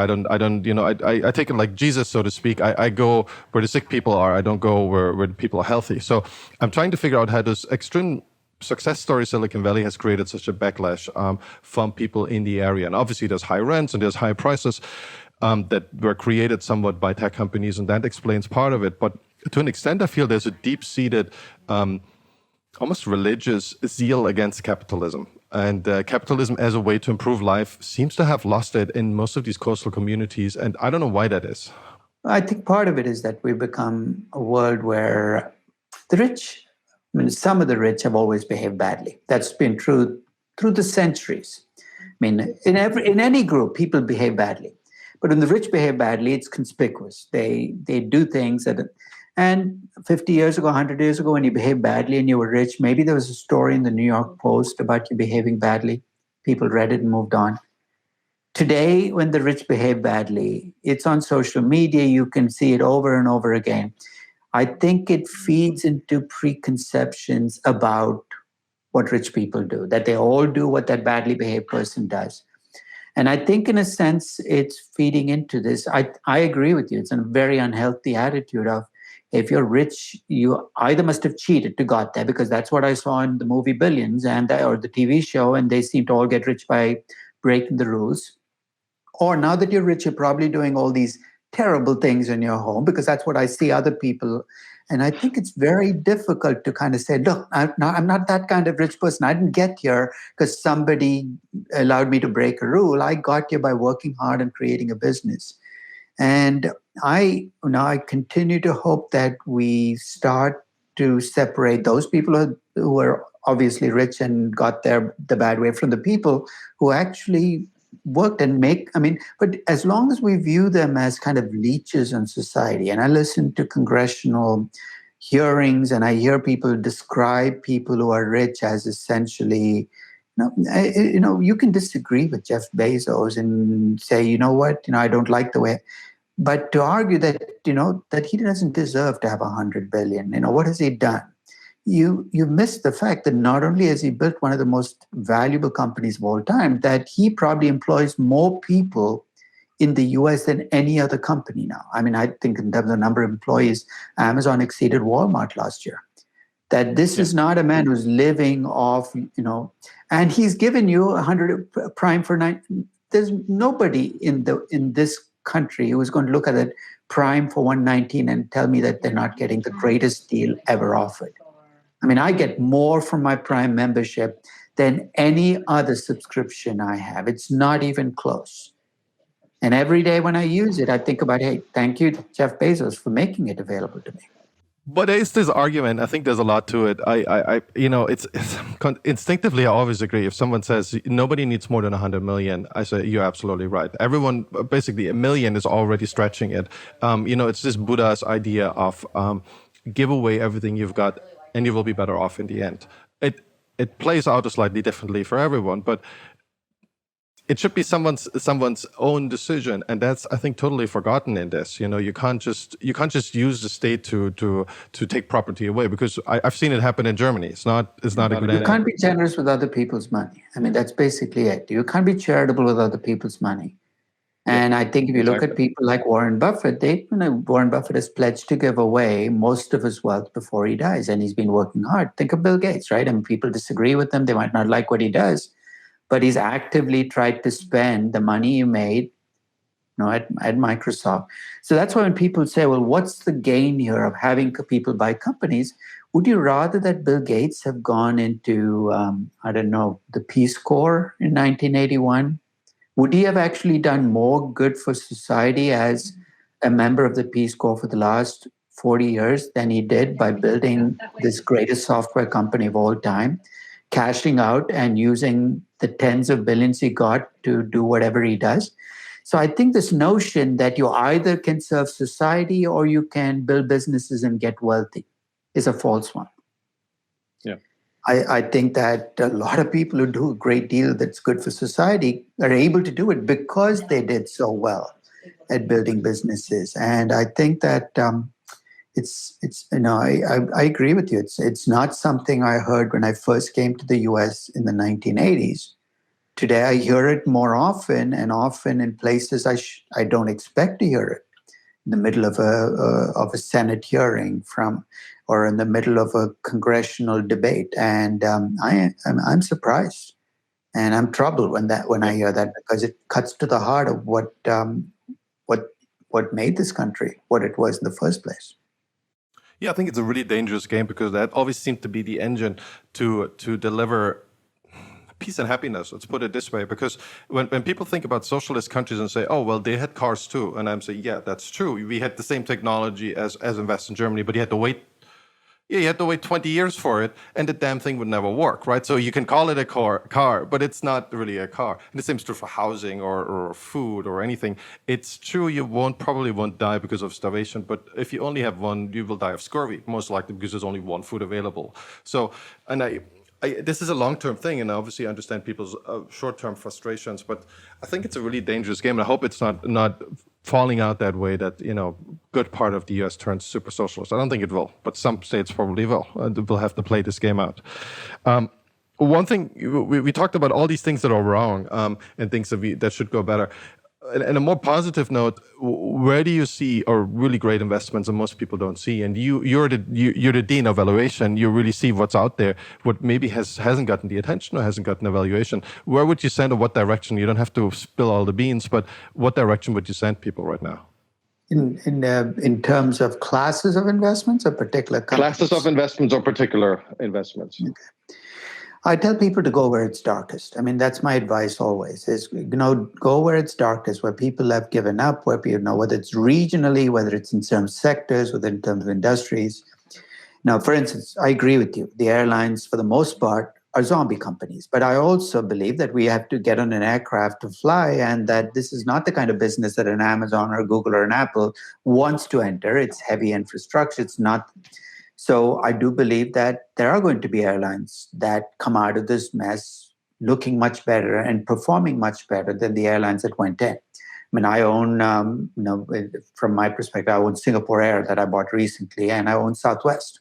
Neither of them looks good on a financial basis, but I believe that when this shakes out, that you look at the winners coming out on the other side. These are two companies that I've always respected for running the business solidly. I mean, they did the right things. I mean, they got whipsawed by things out of their control. So, I would suggest looking through businesses you don't like, because often we look at businesses we like, we latch onto companies we love, and we pay prices which are too high. Is look at businesses you don't like, and then look for companies within those businesses that are actually trying to do things better. The retail business, for instance, brick and mortar retail, is a terrible business. But clearly, Costco and the dollar store have figured out ways to create niches in this business to still succeed. So what you're looking for are bad businesses, but still very big businesses that we all need, where you've got companies essentially looking for better ways to do this business, not waiting for Amazon to tell them how to do it. So I think that is a big part of what value is looking where nobody else is looking, and essentially looking past the damage right now and asking what will happen. Now, because I talked about stories, there's nothing wrong with investing in stories. We've always invested in stories. We want stories backed up with numbers. So you got to do your homework, tell a story, make sure it's a probable, plausible story, build in the numbers, invest, and then sit back and see how it plays out. Yeah, I should have listened to you and bought some GameStop there, like I don't know when you put it out, like 2 weeks ago, and you said it's worth 40, and then it just jumped again to what? To 200, and then it's down to 120. So I think the problem with GameStop is there is a plausible story. No, it's a plausible story for a reincarnation, especially with the Chewy CEO Ryan Cohen being on the board and pushing for change. But it's not going to be easy. And it's not, I mean, GameStop is not going to become an online retail giant overnight, because they're going to be competing against other online retailers who are much better at it. And they can't become a gaming platform overnight either. It's a very different business. So could they get there? Yes. That's why I don't think, I think people who are selling short and saying they're worth nothing, I think we're missing that potential transition. But when you pay $200 per share for the company, there is no story I can tell you that'll get you to 200. I mean, this is just pipe dreams. You're not buying on value anymore. You're buying because you hope you can sell it to somebody else at 250. How did you come up with 42? I mean, I know it was like 9 for the longest time. What I looked at the fact that if they stayed a brick and mortar retail store, they're going to end up at about 15. One of the things that came out of COVID that was good for them is they did pivot to online retailing, and they discovered that they had a strength, which is they had this database of everybody who went into GameStop. I know whether my kids used to go into GameStop and you bought a game. Yeah. You gave them your number, your phone number. So basically they accumulated this database that they could use, and your address, to actually mine based on what kinds of games you'd bought in the past and sell online. It's a strength they did not know they had. So my optimistic story is not a really upbeat story. I see them coming back to positive growth. That to them would be a huge plus, because of the last 5 years, they've seen the revenues in stores shrink. I think they can rediscover growth if they can build the online. And the advantage of the online platform is you don't have to own stores, you don't have leases, you don't have the kinds of fixed costs you had with the traditional store. It's a higher margin business. Sure. You bring in online retail with higher margins, that is the extra $15 or $20 in value per share you're getting. It's not going to be easy, but it's definitely doable. So the $40, actually my base value was 30, my best case was 47. So it's you can see even within that what the range on the value is.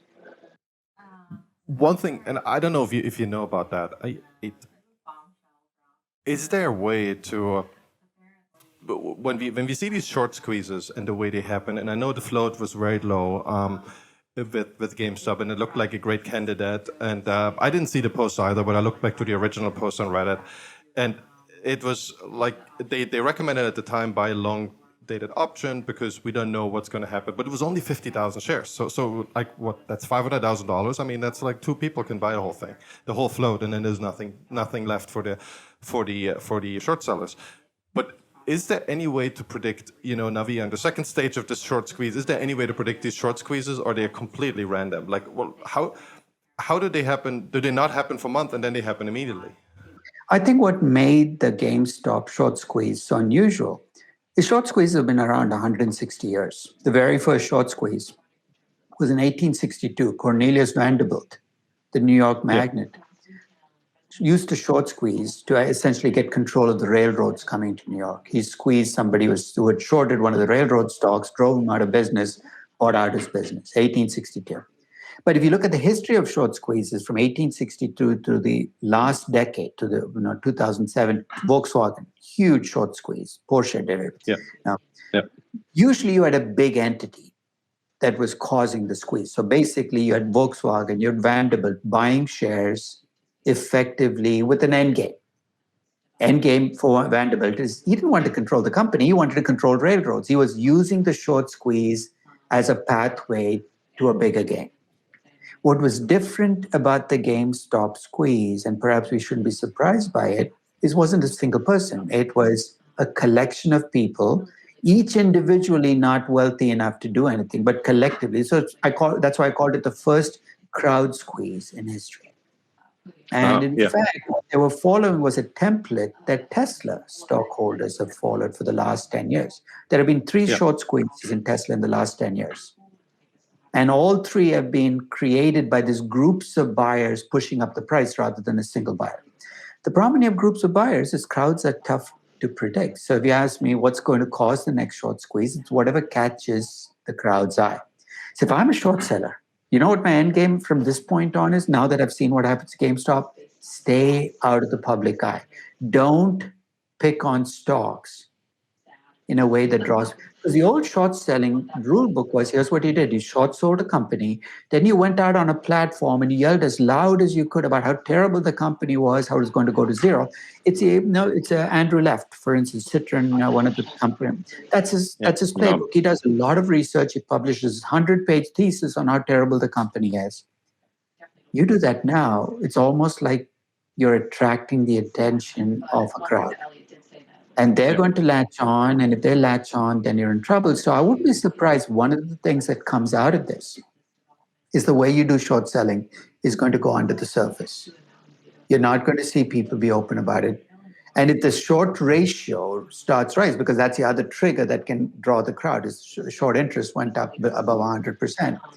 You're going to keep your eye on that as well. You don't want to be short selling companies where that number gets to be high enough that you get on somebody else's radar. So I think it basically, if you're a short seller, the lesson you learn from this is don't draw attention to yourself, because you don't want the crowd to notice you, because the crowd notices you. It won't work if I short sell Apple or Google. I mean, let's face it, collectively, these Redditors control about $20 billion on a really, really, really amazing day. All the Robinhood happened. $20 billion is nothing in this market. It works on a GameStop because it's a small market cap company. It won't work on silver. So when I heard they were targeting silver, I said, you guys don't know your history. You know how many times people have tried this on silver? The Hunt brothers did in the 1980s, went bankrupt. Yeah. But I think that's I think the broader lesson from GameStop is don't make yourself the target of the crowd. especially if you're short selling a small company, because they can take you down. Yeah, I've been always very careful with shorts, simply because of the fact that your losses are unlimited and you have a very limited upside. So it seems like a really bad deal. And also because you don't control your time horizon. That to me is the big difference between being long and short. Long, I control my time horizon. I can hold and hold and hold. You can't force me. You have opportunity costs. I mean, from a fund perspective, you have opportunity costs to be long, right? And they might develop, and there's drawdowns that you are not able to stomach, or your investors. For the shorts, it's for automated strategies that you hold for a couple of days or for a week. But so the time horizon is kind of the same in most liquid markets, unless the market breaks down. But then everyone is in trouble, so you won't be blamed for this. But I always felt the risk ratio is really tricky with shorts, the way they're set up right now. And I only learned with the GameStop crisis about this really archaic system that runs behind and actually enables us shorts, because it's actually really complicated. I had no idea. I've been using it on a daily basis. Every 2 seconds, I ran a short, and I'm like, holy smokes, this is like 15 different transactions. There was a time you actually had to get the shares borrowed and delivered. Yeah. Not physical shares. I mean, those days are long since gone, but no. Well, you don't think of it, right? Like you say, I always felt it's the same as a long. The longs are complicated enough with the archaic backdoor infrastructure, the back office infrastructure that most brokers have. So that was really interesting. That's what taught me a lot from the GameStop, reading all these articles and research about actually what happens in the background. Anyway, I have a couple of quick questions for you, if you don't mind. What do you think of Stephen J. Dubner and Stephen Lewitt, the Freakonomics authors? What do you think of their style of teaching economics? I love it. I think we need to bring econ down from the abstract to things we do every day. I mean, I tell people, when you say you don't like econ, you don't realize you are practicing economics every moment, ever practicing finance every moment of every day. Every decision you make is a financial decision. You can choose not to view it as a financial decision. So when I teach finance, I try to make it as close to things. So I don't talk just about companies making debt decisions. I talk about how that plays out in your individual decisions. I talk about agency costs, big issue in finance. They say, what does that mean? So when you borrow money from a bank, your incentives and the bank's incentives are not the same. The bank's incentive is to make sure you pay the bank back. Your incentives might be to take that money and take big bets with it, because you get a big upside, you get to keep the upside. The big downside, you declare bankruptcy and you walk away. And banks know this. So guess what? They write covenants, they write protections. They try to make sure you don't do this. And by doing that, you're in a sense saying, this is now. So when you talk about bond covenants, it sounds like this fancy, abstract thing that only. But I think it just reflects this problem of incentives not being aligned. So I like the fact that thing, and that's one of the things that behavioral finance has also brought to finance that I think is good, which is accepting the fact that we're not robots. We are human beings. Now, we make decisions in bad ways sometimes because that's what human beings do. So I think both bringing economics down to the basics and tying it to actual human behavior makes economics more interesting. Making economics more interesting means people will learn it more. Is there a theory that describes economics, and I know the rationally human is the basis of modern economic analysis. Is there a similar theory that's been developed for the emotional human, the one where the limbic brain is being motivated by Facebook and by social media? Kahneman in the 1970s, and if you look at his books over time, it was essentially taking things we knew in psychology and looking at markets and saying that explains it. It's not stupid. We hold on to losers too long. It's a well-established fact.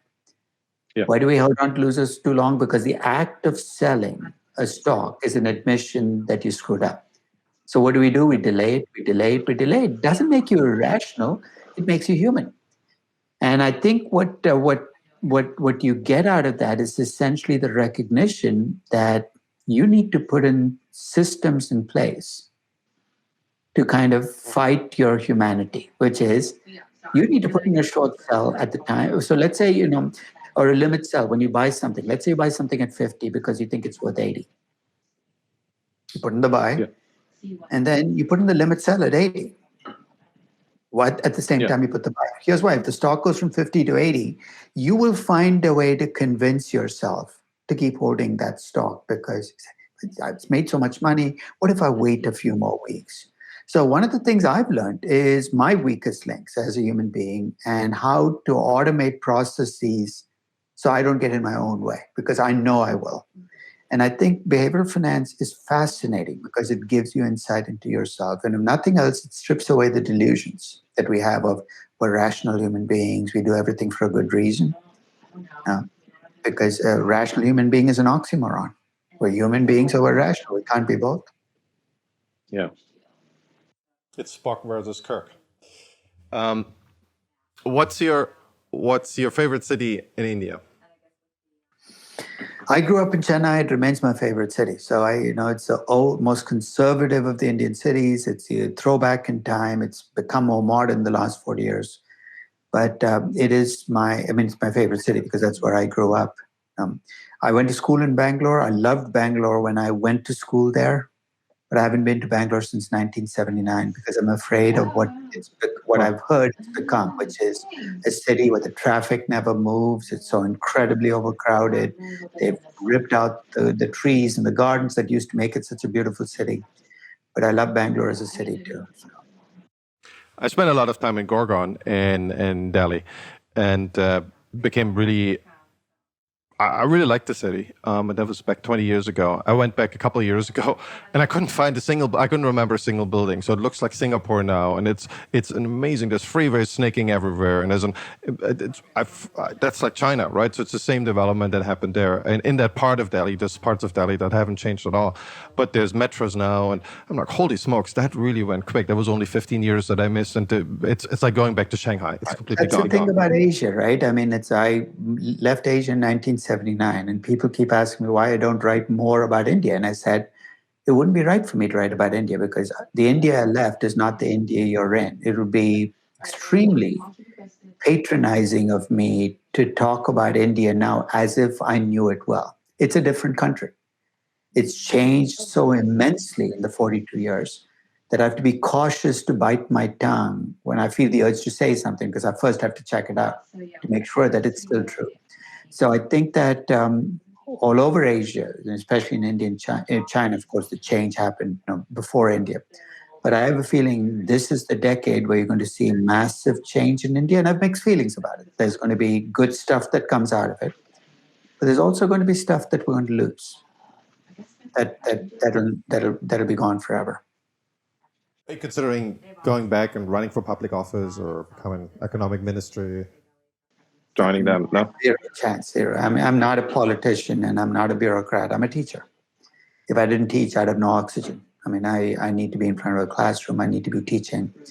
I'll do that till I'm not able to do it anymore. So I have zero interest in changing public policy by directly running for office. But who knows? People might go through my classes, and they've become ministers and run for office and not always push things that we talked about in class, but maybe indirectly I can affect policy that way. That's the thing about teaching is you can affect. I change lives in my classroom, and they go out and change lives. The ripple effects kind of spread around the world. That's maybe a deeper question.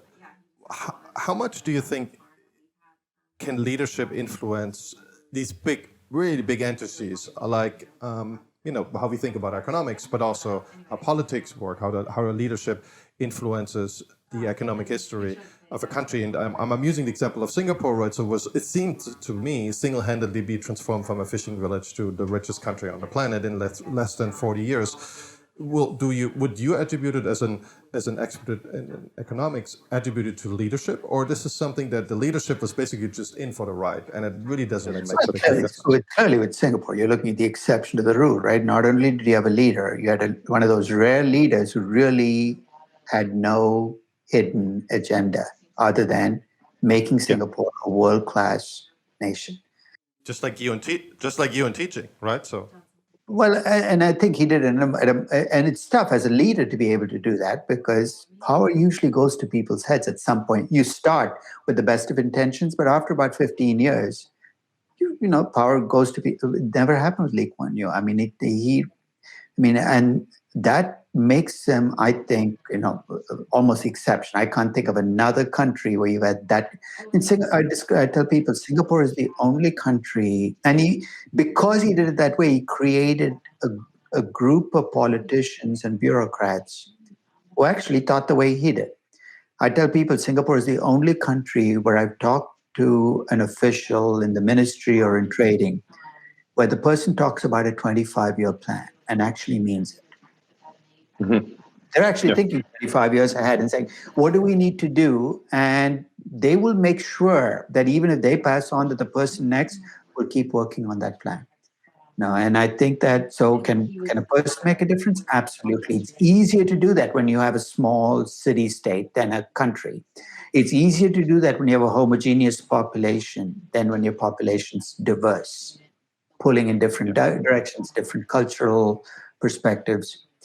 But I think that leaders make a difference. But I think ultimately change comes from below. I think ultimately real change doesn't come from the top down. Top can set an example, but it has to come from people. I mean, I tell my kids, look, I know you want to change the world, but if you can change one person at a time, one thing at a time, it starts to add up.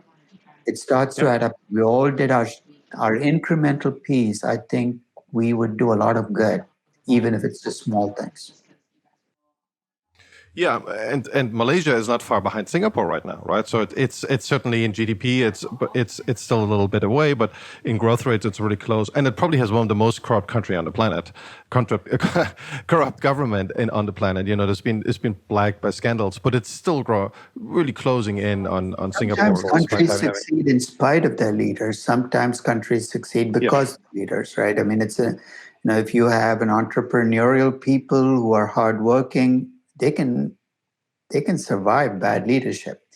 The problem is if leadership stays corrupt and inept for long enough, the incentive structures get changed enough that the people who are the best people in your country tend to leave. They say, I don't want to deal with this anymore, in which case you're ending up with a selection bias. The people who are left behind are not the people you wanted in your country. But that's, I think, the danger. And I think Africa has faced this problem. I think it's a challenge for Africa. Is for the last 40 years, I've been told that this is Africa's decade, that this is going to, with the natural resource, they're going to find a way. At the end of every decade, we look back and say, what happened?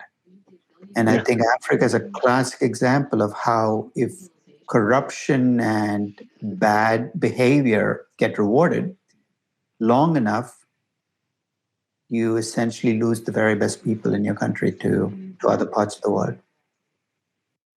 If you would have to pick a winner for the next 10 years out of those troubled African countries, which top three would you pick if you have to? Well, Nigeria and South Africa. If Nigeria and South Africa don't win, Africa's not winning, right? I mean, in a sense, there's such disproportionately large parts. So I'm going to go with Nigeria. I love Nigeria as a country. I have a lot of good friends who are Nigerian. And I think that Nigeria's potential has always exceeded what it's produced. And I keep hoping that this will be the decade where things change. So I will put Nigeria in there. South Africa, I think in spite of its leadership, I think has the most diverse economy of all of Africa in terms of different businesses. It's not just natural resources, it's a collection of things. And it has some very, very bright, well-trained people in every discipline if they're allowed to do their thing, South Africa. And, if I had to pick a third country, I'd probably pick Ghana. Yeah. They seem to be on everyone's list. I had Ruby Alcantara on, and she does impact investing, and she says, those are typically the darlings. Tanzania used to be part of that, and then Kenya. What about Ethiopia? Do you feel Ethiopia is on a good trajectory, or it's going to drop? Well, I don't know enough about what's happening within the country, but clearly, if you look, I remember when Ethiopia was a poster child for everything wrong with the world. I mean, to see how far they've come is gratifying. So they clearly come a long way. So I think we need to remember that they've moved a lot. I think that they have the pieces in place. Again, when I look at a country, I look at the education system, because without a good education system, you're not going to get the trained. You look at the infrastructure for development and how that's working, and you look at entrepreneurship. What's the capacity for entrepreneurship? And much of Africa, 2 out of the 3 or all 3 are not there. And I think Ethiopia, you have the pieces in place for all 3 to come in. The infrastructure hasn't come in, obviously, it'll take a while. But infrastructure is often the easiest of the 3. Ultimately, you just need to find people to invest the money. If the other 2 come in, I think the third will come in. The problem in Africa is you're almost never, if you're a small, one of those sub-Saharan countries, you're almost never completely in control of your destiny. Because your neighbors, 2 of your neighbors go into a debt spiral, their troubles spill over into your country. You can't even avoid it anymore. So it's not easy. And that's why I picked Nigeria and South Africa among mine, because they're the ones that are most able to kind of insulate themselves. The smaller African countries, the trouble is you can start with the best leadership and the best plans, but the whole thing can spin out of your control very quickly. Yeah, it's an extremely there's so many factors to keep in mind, and I always have that impression that there is, in the end, you just have to find that right factor to tune, but obviously the timing needs to be right. And we see this with South Korea, which went from really poor to really rich in like a heartbeat, it seems, in less than a generation. And I always feel, isn't it a shame that there's so many other places in the world that have a blueprint and they can just copy it, like China kind of copied, what Taiwan did, so to speak. But it doesn't seem to be that easy, right? I'm very naive, I have to say. I feel like, given all that knowledge, and you just switch on YouTube, it should be that everyone just copies that blueprint, and we don't have to debate about it. It's just in 5 years it's done, right? The problem is it's not just the pieces in the blueprint; it's a sequencing. Right? If we know that what goes in the blueprint is good education, good infrastructure, all those things. But if you do the education first and you don't do the infrastructure, what you end up with is you end up being the supplier of employees to the rest of the world. Right? You take Hungary, for instance. You go to Budapest. This place is full of universities. I remember walking through. Every other building was a university, and I said, "Where do all these graduates find jobs?" And they told me, they said, they find jobs in Paris and London and Frankfurt. We've lost our young people because, so I think it's not just what you need, but to make sure that the sequencing works, that as one supplies, there is a place for them to go work. Because if you have a good education system and your business environment is not being developed simultaneously, the sequencing is off. You're going to end up with an education system, but it's going to basically be the rest of the world that benefits from it. But I think the key, though, is education. I think that's where technology might be a huge plus in this, where you don't have to build big universities. You don't have to go out and hire thousands of faculty. And when I talked about disrupting education, the person I'm looking at is that analyst in Myanmar, who there is zero chance that he's going to be able to raise the money to come to a business school in the US and end up in my classes. But he's valuing companies, and he has very limited resources. He's not had a CFA. There are no special seminars around that he can go to. I want to reach that guy. And even with the language barrier, if I can get there, then I am doing my small part, because that infrastructure, that education base is what's going to allow these countries to kind of find the growth path. I think you're onto something there, and I feel, and maybe this is just the hope of my generation, and we're going to look down to Africa in 20 years and say, oh man, we just had this high expectations that didn't work out. But I feel this time it seems to be happening, because all you need is a smartphone and a battery. You don't even need electricity. You need nothing. All you need is a little bit of internet. That's why I was pulling so hard for Jumia to explode I would love to have seen Jumia as $100 billion, $200 billion company.